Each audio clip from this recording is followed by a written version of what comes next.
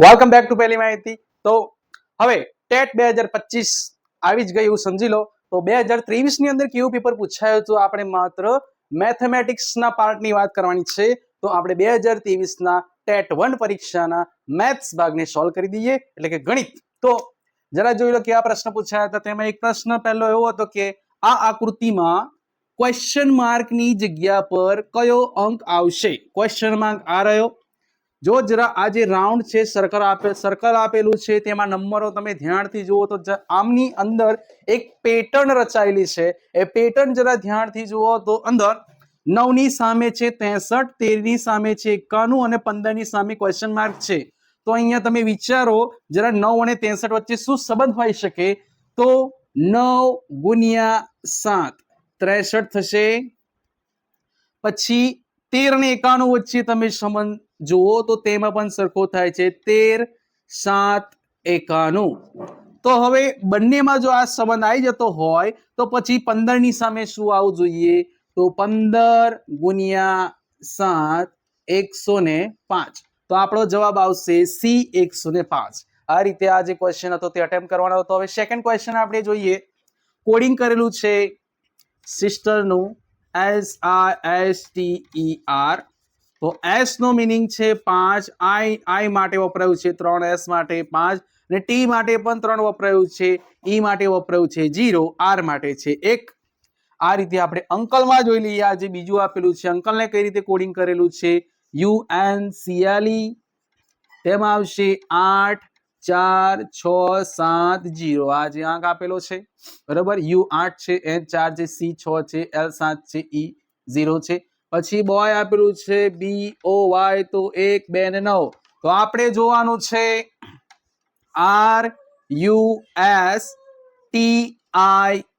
RUSTIC. Rustic જેવો કંઈક શબ્દ છે તેના અંદર આપણે કોડિંગ કરવાનું છે. આ જે ઉપર આપ્યું છે તેના પ્રમાણે 3 વસ્તુ આપી છે. તો R ક્યાં છે. તો R આવી રહ્યો. R માટે છે 1, તો પહેલા આવી જશે 1. પછી U છે, U આ રહ્યો, U માટે છે 8, તો પછી આવી જશે 8. પછી S માટે છે 5, તો લખી દઈએ 5. પછી આવે છે T, તો T આપણે લખી દઈએ 3. પછી આવે છે I, તો I માટે પણ 3 જ છે, તો લખી દઈએ 3. પછી છેલ્લું રહ્યું કે C, તો C માટે છે 6, તો આપણો જવાબ આ રહ્યો 6. 18 53 36. તો આમાં કોઈ પ્રશ્ન જવાબ છે તેઓ 18 53 36, તો આ રહ્યો B 18 53 36. આ રીતે આપણે આનો પેપર ક્વેશ્ચન છે આ રીતે આપણે સોલ્વ કરવો પડે. અને આ જે કોડિંગ કરેલું છે ઘણીવાર આવું સિમ્પલ કોડિંગ નથી હોતું. આપણે ABCD પરથી કરવાનું રહેશે. ABCD લખી દેવાની, પછી તેમાં નંબરિંગ આપી દેવાનું હોય. પણ આ જે કોડિંગ હતું એકદમ સામાન્ય હતું. તો આને સિમ્પલી આ રીતે અટેમ્પ્ટ કરવું. હવે આપણે નેક્સ્ટ ક્વેશ્ચનની વાત કરીએ. ત્રીજો ક્વેશ્ચન. જો ચિલ્ડ્રન ને બદલે કોડિંગ કરેલું છે EJKNFTGP લખાય તો ટીચર માટે, આ સ્પેલિંગ માટે ટીચર માટે શું લખાય. તો આપણે કોડિંગ શું કરેલું છે તે પહેલા તો સમજવું પડે. તો કોડિંગમાં તમે ધ્યાનથી દેખો તો આ C છે, C માંથી સીધો E થાય છે, એટલે C આ બાજુ આપણે રફ વર્ક કરીએ તો CDE. તો શું થયું કે 2 આલ્ફાબેટ વધ્યો. CDE, C માંથી D થાય છે, C માંથી E થાય છે, H માંથી J થાય છે, HIJ બરાબર, HIJ થાય છે. પછી I માટે IJK, તો K થાય છે. પછી એ રીતે તમે જોતા જાઓ તો આગળ છે D, તો DEF, બે મૂળાક્ષર આપણે ખસીએ તો F આવે છે. તે રીતે આપણે છેલ્લે N જોઈ લઈએ તો NMP, બે અક્ષર જવાનું છે. આટલું જે કોડિંગ છે આપણને ખ્યાલ આવી ગયો છે. તો આપણને જે ટીચર નું સ્પેલિંગ આપ્યું છે તેનું કોડિંગ આપણે જોઈ લઈએ. તો અહીંયા T, તો T પછી શું આવશે. TUV બરોબર, V વાળા. તો V વાળા બધા જ ઓપ્શન છે, પહેલો અક્ષર V હોય તો એ કમ્પ્લીટ છે. પછી E માટે જોઈએ તો EFG, તો E પછી G આવે તો G આવે બીજો અક્ષર, તો બધામાં જ છે G. ઓકે. પછી A પછી C આવશે, તો A માં છે C, B માં પણ છે C, C માં પણ C છે અને D માં પણ C છે. 3 ઓપ્શનમાં આવશે. પછી આપણે આગળ C માટે આપણે જ્યારે વાત કરીએ છીએ તો CDE, તો ચોથામાં E આવશે. A માં છે, પછી B માં જો E છે, પછી અહીંયા J છે ડાયરેક્ટ, અને અહીંયા G છે, તો આ C નહીં આવે, અને ડી નહીં આવે, આ પહેલા જ કેન્સલ થઈ ગયા. પછી આગળ આપણે એ અને બી માંથી જ કોઈ જવાબ આવશે, તો આપણે આગળ જોતા જઈએ તો HHIJ તો બંનેમાં છે જે, ઓકે છે જ, બરાબર. પછી ઈ, તો ઈ પછી આવશે EFG, તો અહીંયા ટી છે તો ટી નહીં આવે પણ જી વાળો ઓપ્શન આવશે, એટલે આપણો જવાબ આવશે બી. તો આ રીતે સામાન્ય કોડિંગ કરેલું હોય તો જરા સમજીને આપણે જવાબ આપી દેવાનો રહેશે. પછી ચોથો ક્વેશ્ચન એક એવો હતો કે ક્વેશ્ચન માર્ક હતો, તેની જગ્યા પર શું કયો અંક આવશે તે જણાવવાનું હતું. આ રીતનું કંઈક બોક્સ આપ્યું હતું, ઓપ્શન હતા 9, 8, 7, 6. તો આવા ક્વેશ્ચનને આપણે કઈ રીતે સોલ્વ કરી જોવાનો, તો આમાં જો આપણે આડા સરવાળા કરીએ તો શું તે સોલ્વ થઈ શકે છે? તો ચલો સોલ્વ કરીએ. તો આ બાજુ છે 3 + 6 9, 9 + 8 17 થયા. તો આ જે પહેલી લાઈન હતી તેનો સરવાળો થાય છે 17. પછી બીજી લાઈનનો આપણે સરવાળો કરીએ તો 5 + 8 13 અને 13 + 4 17. આમાં પણ 17 થાય છે. તો સીધી વસ્તુ છે કે ત્રીજી લાઈનમાં પણ 17 જ થવા જોઈએ. તો 4 + 7 11 થશે, અને 11 વત્તા કેટલા કરીએ તો 17 થાય. તો 11 વત્તા આપણે 6 કરીએ તો 17 થઈ જાય. તો આપણો જવાબ આવશે ડી. ઓકે. ત્યારબાદ આપણે નેક્સ્ટ ક્વેશ્ચનની વાત કરીએ તો એવો ક્વેશ્ચન હતો કે જો 7 કરોડિયા 7 જાડા 7 દિવસમાં બનાવે તો 1 કરોડિયો 1 જાડું બનાવવા કેટલો સમય લાગે? 1 કરોડિયાને 1 જાડું બનાવતા કેટલો સમય લાગે? તો ઉતાવળમાં આનો જવાબ આપી દઈએ એકદમ તો ખોટો પડશે. કોઈ કહી દેશે 1, તો એ વસ્તુ ખોટી પડશે. અહીંયા તમે ધ્યાન આપો કે 7 કરોડિયા છે. આ ધારો કે આપણે કરોડિયો સમજીએ 1 2 3 4 5 6 અને 7. તો આ 7 જે 7 પોતાનું એક જાડું બનાવે છે. દરેક જણ પોતાનું અલગ અલગ જાડું બનાવે છે, અને 7 કરોડિયા 7 દિવસમાં 7 જાડા બનાવે છે, બરાબર. તો અહીંયા આપણને ક્વેશ્ચનમાં એવું નથી કીધું કે 7 મળીને એક જાડું બનાવે, એવું નથી કીધું. અહીંયા કીધું છે 1. તો આ 7 દિવસમાં તો આ જે એક પહેલો કરોડિયો આપણે લઈએ તે પૂરું કરી રહેશે 7 દિવસમાં તેનું જાડું, બીજો કરોડિયો પણ 7 દિવસમાં તેનું જાડું પૂરું કરી રહેશે, ત્રીજો પણ તે રીતે 7 કરોડિયા 7 દિવસ સુધી પોતાનું એક જ જાડું બનાવે છે. તો આપણો ક્વેશ્ચન હતો કે 1 કરોડિયો એક જાડું કેટલા ટાઈમ સુધી બનાવી શકે? તો જવાબ આવશે 7 દિવસ જેટલો સમય લાગે. તો આ રીતના ક્વેશ્ચન હોય તો ઉતાવળ નહીં કરવાની, જરા વિચારી લેવાનું.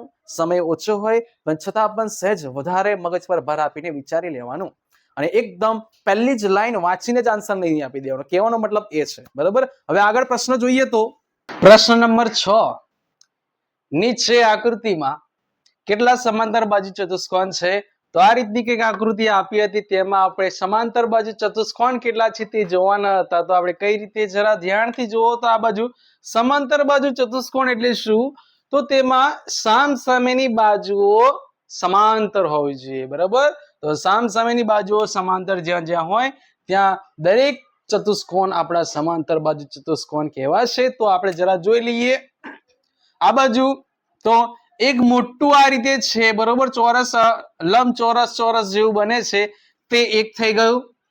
પછી આ એક પ્લસ આ બાજુ 1 2 3 4 આ નાના નાના જે ચોરસ લંબચોરસ બને છે તે કેટલા? 4. પછી આ બાજુ આ લાંબા અડધા અડધા આ રીતે અડધા અડધા 2 લંબચોરસ બને છે, +2. તેવા જ આપણે આડા આ રીતે લંબચોરસ પણ બનાવી શકીએ, બરાબર. આ રીતે આ આડા પણ આપણે લંબચોરસ બનાવી શકીએ. તો બીજા આપણે 2 આવી ગયા, આટલા થયા. હવે આપણને થોડીક નજર અંદર નાખવી પડશે. તો આ બાજુ તમે ધ્યાનથી જુઓ તો આ એક થઈ ગયું. જો આ એક, આ સામસામેની બાજુઓ સમાંતર છે, આ બાજુ પણ સમાંતર છે. આ નાનો એક થઈ ગયો આટલો. પછી તેઓ જ આ સામેની બાજુ એક નાનો તે રીતનો જ ચતુષ્કોણ બને છે, તો +2 આવી ગયા. પછી અહીંયા આખો લાંબો ચતુષ્કોણ બીજો બને છે, આ સમાંતર બાજુ અને આ બીજી 2 સામસામેની બાજુઓ સમાંતર છે. આ 2 સામસામેની, આ 2 સામસામેની. તે રીતે જ અહીંયા લાંબો ચતુષ્કોણ આ 2 સામસામેની અને આ 2 સામસામેની બાજુઓ કેવી છે? એકબીજાને સમાંતર છે. તો બીજા +2 આવી ગયા. હજી અંદર રહ્યા છે. હજી તમે થોડાક અંદર જુઓ તો તમને જોવા મળશે કે આ જે સાઈડ પરનો બીજો એક આ સમાંતર બાજુઓ છે, પછી આ બે પણ સમાંતર બાજુ છે તો આ જે છે તે રીતનો સામેની સાઈડ છે આ બે સમાંતર બાજુઓ છે પછી આ બે પણ સમાંતર બાજુઓ છે તો બીજો +2 આવી ગયા હજી દેખાય છે જો તમને દેખાય તો પણ મને દેખાય છે આ મોટો જોઈ લે ચતુષ્કોણ આ સમાંતર બાજુ આખી આ બીજી સમાંતર બાજુ અને આ સમાંતર બાજુ અને આ સમાંતર બાજુ આ બંને એકબીજાને સમાંતર છે પછી આ બે બાજુઓ છે એકબીજાને સમાંતર છે આ બે બાજુઓ છે તે એકબીજાને સમાંતર છે તો બીજા બે આવી ગયા તો આનો ટોટલ સરવાળો કરી દો આપણા આટલા આ આકૃતિની અંદર આપણને આટલા સમાંતર બાજુ ચતુષ્કોણ જોવા મળતા હતા તો જોઈ લો જરા આ બાજુ બે કેટલી વાર છે 1 2 3 4 5 6 6 2 12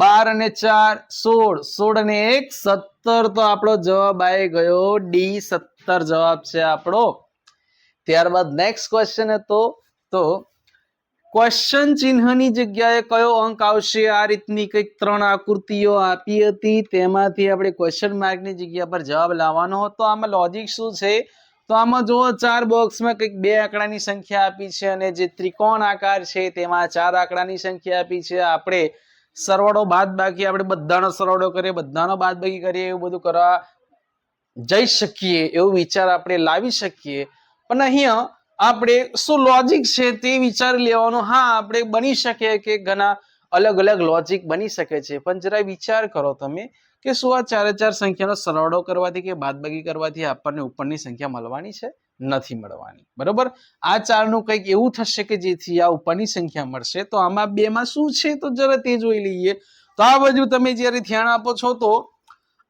આ બાજુની જે છે જમણી સાઈડની 39 + 24 તમે કરો શું થાય છે 39 + 24 તમે કરો તો આવશે 63 અને આ 52 માંથી 13 બાદ કરો તો જવાબ આવશે 39 તે જ રીતે હવે આ બાજુ કરી જુઓ તો આ 12 + 59 કરો જોઈ તો 12 + 59 કરીએ તો 71 આવે છે અને 28 માંથી 17 બાદ કરો તો શું આવશે 11 તો આમાં જુઓ 39 63 સંખ્યા આવી ગયેલી છે આ બાજુ 11 71 સંખ્યા આવી ગયેલી છે તે રીતે આપણે આ બાજુ હવે સંખ્યા આપણે જોઈ લઈએ તો કઈ આવશે તો 48 અને 43 વચ્ચે સરવાળો આપણે કરીએ તો આપણે આ બાજુની સાઈડ આવશે 91 આવે છે ત્યારબાદ હવે 37 માંથી 23 બાદ કરવાના છે 37 માંથી આપણે જ્યારે 23 બાદ કરીએ છીએ તો આપણો જવાબ આવે છે 14 તો આપણે 14 91 ક્યાં છે તો 14 91 છે સી જવાબ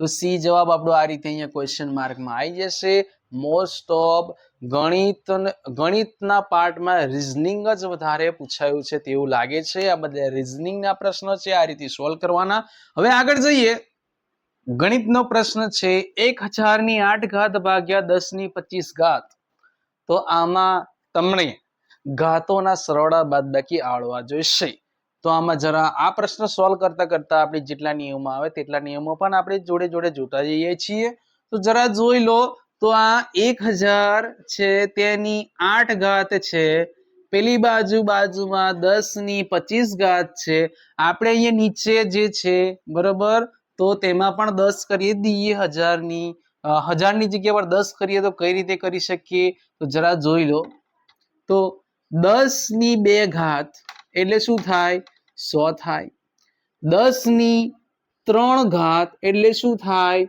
1000 થાય 1000 થાય કે ના થાય તો આ 1000 ની જગ્યા પર આપણે આ બાજુ બરાબર કરીને લખીએ તો 1000 છે તેની જગ્યાએ 10 ની ઘાત આવશે 3 અને આ આખાની ઘાત છે આ આપણે 1000 ની જગ્યાએ 10 ની 3 ઘાત લખી છે અને 1000 ની 8 ઘાત એટલે 10 ની 3 ઘાતની 8 ઘાત થાય છે આટલો ખ્યાલ આવી ગયો ભાગ્યાના ભાગ્યા અને 10 ની 25 ઘાત થઈ ગઈ ચલો આટલી વસ્તુ ક્લિયર હવે આગળ એક્ઝામ્પલ આપણે ગણીએ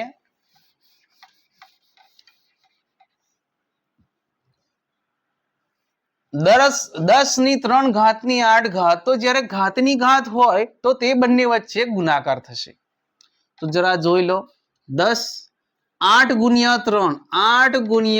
3 ભાગ્યા જે હતું તેનું તે તો 8 ગુણ્યા 3 8 તરી 24 ભાગ્યા 10 ની 25 ઘાત. તો ભાગ્યા છે તેટલા માટે 10 ની 24 ભાગ્યા 10 ની 25 ઘાત થઈ ગઈ. તો આ જે 25 છે તે છેદમાંથી ઉપર આવે ત્યારે માઇનસ થઈ જશે એટલે 10 ની 24 ઘાત ગુણ્યા 10 ની માઇનસ 25 ઘાત. આપણે જ્યારે 25 ઘાત વાળું પદ ઉપર લઈ જઈએ ત્યારે માઇનસ કરી દેવું પડે. અને જ્યારે આ રીતે હોય કોઈ પણ બે સંખ્યા વચ્ચે ગુણાકારનો સંબંધ હોય અને તેમની ઘાતોનું શું થાય તો તેમની ઘાતોનું સરવાળા બાદબાકી થાય. તો કઈ રીતે જરા જુઓ તો આમાં 10 છે બે વારની જગ્યા પર એક જ વાર લખવાના અને 24 અને માઇનસ શું છે 25 છે. 24 માઇનસ 25 કેટલા થાય તો 10 ની માઇનસ 1 ઘાત. તો આમાં જેમ આપણે પ્લસ ઘાત હતી નીચે તો ઉપર ગઈ હતી અને માઇનસ થઈ ગઈ હતી તો આમાં જે એકના છેદમાં લાવી દેવાની 10 ની 1 ઘાત એટલે શું થઈ ગયું એકના છેદમાં 10. હવે એકના છેદમાં 10 આપણે જવાબ છે નથી પણ એકના છેદમાં 10 એટલે આવું કહેવાય 0.1. એકના છેદમાં 10 હોય તો આપણે એક પોઈન્ટ કાપીને 0.1 લખી શકીએ એટલે આપણો જવાબ છે એ 0.1. આટલી વસ્તુ ક્લિયર. હવે આ વસ્તુ જે સ્પીડમાં જ થઈ જાય ડાયરેક્ટ જ આપણે આ તો જરા કેલ્ક્યુલેશન માટે જો તમારો આ જે કોન્સેપ્ટ છે ઓછું ક્લિયર હોય તો અને આ પ્રેક્ટિસ થી આવી જાય સીધું જ વિચાર લેવાનું ડાયરેક્ટ જ કે 1000 ની 8 ઘાત છે તો 10 ની 3 ઘાત તો 1000 જ છે તો 3 8 તરી 24 24 અને 24 માંથી 25 જાય તો -1 -1 એટલે શું થઈ ગયું 10 ની -1 એટલે 0.1. આ રીતે ફટ દઈને આન્સર આવી જાય આપણો. હવે સૌથી મોટી સંખ્યા આગળ પ્રશ્ન છે તો આમાં જરા વિચારવા જેવું છે કે દરેકે દરેક સંખ્યા નજીક નજીક છે. તો હવે આપણે જરા જુઓ તો 13.2 તો આપણે તેનું શું કરી શકીએ 13 7 કેટલા થાય 51 આ રીતની જ્યારે જરા લખીને જ કરીએ આ રીતનું જ્યારે હોય 13.2 સંખ્યા કઈ રીતે થાય 13 અને 7 નો ગુણાકાર થાય એટલે 51 થાય વત્તા આ ઉપલી સંખ્યા હોય તે વત્તાકારમાં આવે એટલે કે +2 અને છેદમાં તો 7 જ આવવાના છે. તો હવે શું થઈ ગયું 51 + 2 એટલે 93 અને 93 ભાગ્યા 7. હવે જો તમારે ગણિત સબ્જેક્ટ એકદમ ક્લિયર હોય તો વાંધો ન આવે પણ જો ઓછો ક્લિયર હોય તો સામાન્ય આપણે એક ભાગાકાર કરી જ દેવાનો. તો આપણે 7 થી ભાગ ચલાવીએ તો 7 1 7 1 આ બાજુ 9 માંથી 7 જાય તો 2 રહેશે એટલે કે 23 આવશે. તો 23 ને 7 વડે ભાગ ચલાવીએ તો 7 તરી 21 તો 13 પોઈન્ટ સમથિંગ કંઈક આવશે 13 પોઈન્ટ કશુંક આવશે. શાનું મૂલ્ય આ 13.2 નું મૂલ્ય એટલું આવશે 13 પોઈન્ટ સમથિંગ. પછી બીજું છે 116.9 તો 116.9 માટે આપણે 116 ને 9 વડે ભાગીએ તો શું આવશે જરા ચેક કરી લઈએ. તો 9 વડે ભાગ જશે 9 1 9 પછી ઉપરથી 11 માંથી 9 જશે તો 2 26 26 છે આમાં તો 9 કેટલા 9 તરી 27 આવશે તો એક વધી જાય છે તો આપણે 9 દુ 18 પછી ગમે તે આવશે તે પોઈન્ટમાં આવવાનું છે. તો આની વેલ્યુ શું છે 12 પોઈન્ટ સમથિંગ કંઈક થાય છે. આની વેલ્યુ કેટલી થાય છે 13 પોઈન્ટ સમથિંગ કંઈક થાય છે. પછી આ બાજુ છે વર્ગમૂળમાં છે 168 વર્ગ ને વર્ગમૂળ મોઢે કરી દેવા જોઈએ જ. હવે 169 169 કોનો વર્ગ છે તો 13 નો વર્ગ છે પણ આ છે 168 તો આ પણ 13 થી ઓછી વેલ્યુ હશે એટલે કે 12 પોઈન્ટ સમથિંગ કંઈક વેલ્યુ હશે. પછી આ જે છે ઘનમૂળમાં 2195 પણ જો તમે તૈયાર કરી હોય તો ખ્યાલ હશે કે 13 નો ઘન છે 2197 તો આ 2195 છે તો આ 13 થી નાનો જ હશે એટલે કે 12 પોઈન્ટ સમથિંગ. તો આ ત્રણ જે ઓપ્શન છે તે બધાની જ વેલ્યુ કેટલી છે 12 થી ઓછી છે. તો આપણો ઓપ્શન એક જ રહ્યો મોટો જેનો જવાબ આપણો છે એ જવાબ છે મોટી સંખ્યા એ છે 13.2. જો આમાં તમે આનાથી જો શોર્ટકટમાં ત્યારે તમારે જવાબ લાવવો હોય તો તમારે કઈ રીતે વિચારવું તો સીધી વસ્તુ છે, જો ઘડિયા પાવરફુલ હોય તો સીધું જો આ ઓપ્શનો જોઈએ તો ઓપ્શન એમાં શું છે 13 પૂર્ણાંક છે એટલે 13 થી વધારે જ સંખ્યા હોવાની છે, બે સત્તાંશમાં કઈ પોઈન્ટમાં આગળ કઈ હશે. પછી બી ઓપ્શન છે 116 ભાગ્યા 9, બરોબર, તો 9 વડે ભાગવાનું હોય તો આપણે ભાગ ચલાવીએ તો 9 કઈક 9 12 પોઈન્ટ સમથિંગ કઈક આગળ જતું જાય, બરોબર. પછી આમાં પણ જે છે 12 2197 તો એ 13 નો ઘન છે તો 2197 થી સંખ્યા ઓછી છે એટલે 12 પોઈન્ટ સમથિંગ હશે.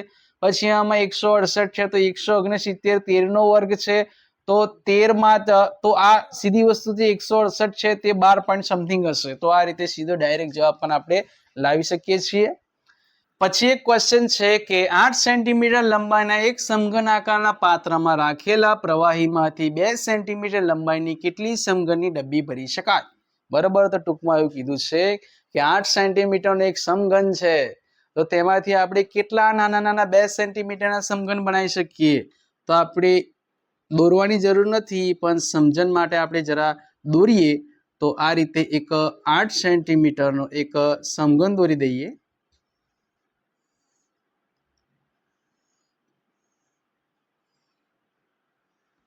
આઠ સેન્ટીમીટરનો સમઘન દોર્યો. હવે અંદરની બાજુઓ પણ આપણે ડોટેડ લાઈનથી દર્શાવી દઈશું.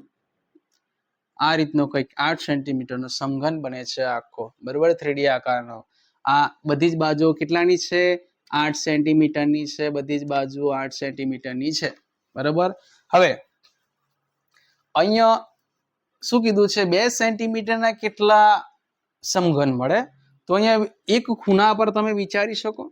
હવે ટૂંકમાં એક વસ્તુ વિચારો કે અહીંયા આપણે 2 સેન્ટીમીટર નું ચોરસ દોરવું હોય તો પણ 8 સેન્ટીમીટરના ચોરસમાંથી તો આપણે આ રીતે એક 3 લાઈન દોરીએ, બરાબર. તો અહીંયા 1 2 3 અને 4, 2 સેન્ટીમીટર 2 સેન્ટીમીટર 2 સેન્ટીમીટર, બરોબર. બીજી તે જ રીતે આડી લાઈન દોરીએ 1 2 અને આ 3. તો અહીંયા 2 સેન્ટીમીટર 2 સેન્ટીમીટર 2 સેન્ટીમીટર, આ બાજુ પણ 2 સેન્ટીમીટર 2 સેન્ટીમીટર 2 સેન્ટીમીટર, આ બાજુ પણ તે રીતે 2 2 અને 2, બરોબર. તો આખું ચોરસ મળે છે 2 સેન્ટીમીટરનું. તે રીતે આપણે બીજી અહીંયા કટ લઈએ, બરોબર. અહીંયા પહેલો ભાગ આપણે લઈએ તો આ રીતે નીચે આવશે 2 સેન્ટીમીટર 2 સેન્ટીમીટર 2 સેન્ટીમીટર. અહીંયા પણ બધું 2 2 2 2 સેન્ટીમીટર હશે. તો આ જે પહેલો ક્યુબ થાય છે, બરોબર, પહેલો આ જે ભાગ છે, બરોબર, તે 2 સેન્ટીમીટરનો આપણો મળે. આ જે ભાગ છે તેની બાજુમાં આખી આ સ્લાઇસ છે, આ પાછળ એ રીતે સમજી લેવાનું, બરોબર. તે પણ 2 સેન્ટીમીટર 2 સેન્ટીમીટર. આ જે ક્યુબ આખા મળે છે, સમઘન મળે છે, તો કેટલા મળે છે? આ પહેલી સ્લાઇસમાં આવી કેટલી સ્લાઇસો બને? પહેલા તો આ પહેલો ભાગ, પછી આ નીચેનો એક બીજો ભાગ મળી જાય, પછી એક ત્રીજો ભાગ પણ મળી જાય. તો આ રીતે 1 2 3 4. તે જ રીતે આપણે અહીંયા પણ આપણે બીજા ક્યુબ સમઘન મળી શકે 1 2 3 4 1 2 3 4 1 2 3 4 આ રીતે. તો આ રીતના 4 ભાગો થઈ ગયા. પણ આપણે જે શરૂઆતનો ઉપલો ભાગ છે તેમાં કેટલા સમઘન મળે છે તેટલા આપણને મળી જાય તો આપણને કુલ મળી જાય. તો આમાં જુઓ કે કેટલા સમઘન છે. પહેલે ઉપરના ભાગમાં 1 2 3 4 5 6 7 8 9 10 11 12 13 14 15 ને 16 છે આ ઉપરના ભાગમાં. તો તેવા ને તેવા જ નીચેના ભાગમાં હશે. ભાઈ તેવા ને તેવા 16 બીજા નીચેના ભાગમાં હશે અને સૌથી નીચેના ભાગમાં પણ તેવા ને તેવા 16 હશે. તો કેટલી વાર 16 બોક્સ છે? 4 વાર છે. તો 16 4 કેટલા થઈ ગયા? 64. તો આપણે 64 જેટલા સમઘન બનાવી શકીએ.